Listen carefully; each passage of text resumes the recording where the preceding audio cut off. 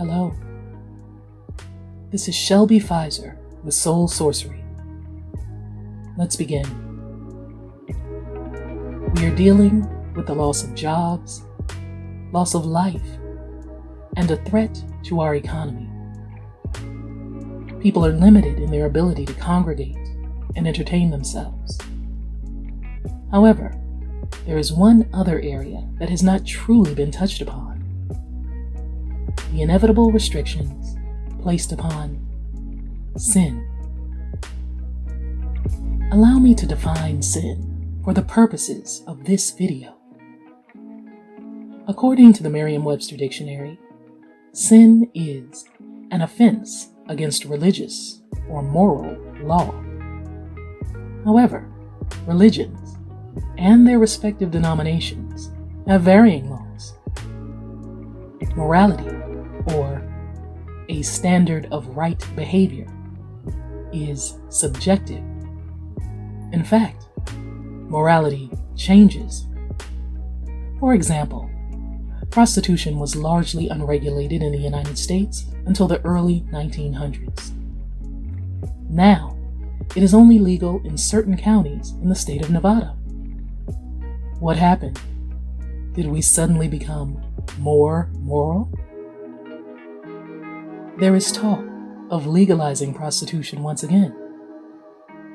Are we losing our morality? Oddly enough, early legislation aimed at curbing prostitution seemed to have more to do with decreasing the spread of venereal disease and halting white slavery than it did with saving the souls of those involved.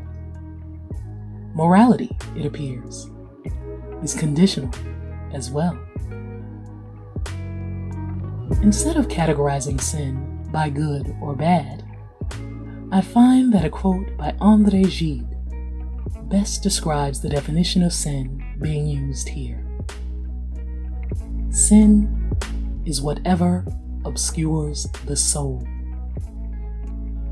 Therefore, sin is not defined as a lack of perceived purity, but as a blockage to achieving self-actualization. We all have our things.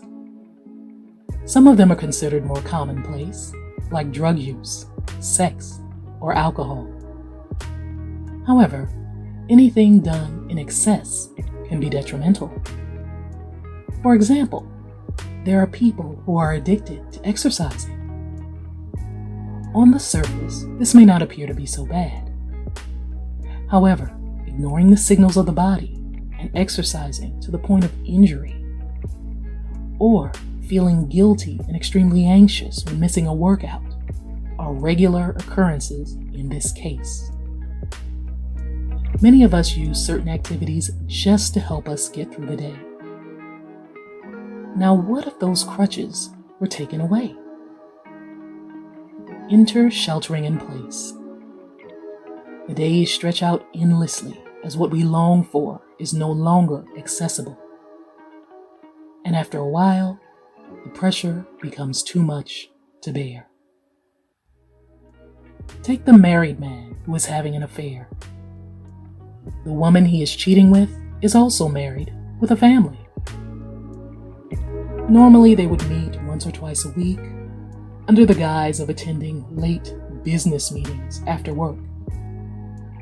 Now, with the quarantine, they are working from home, or perhaps not working at all. Their activities are closely monitored by their spouses, who want them only to leave the home for grocery shopping.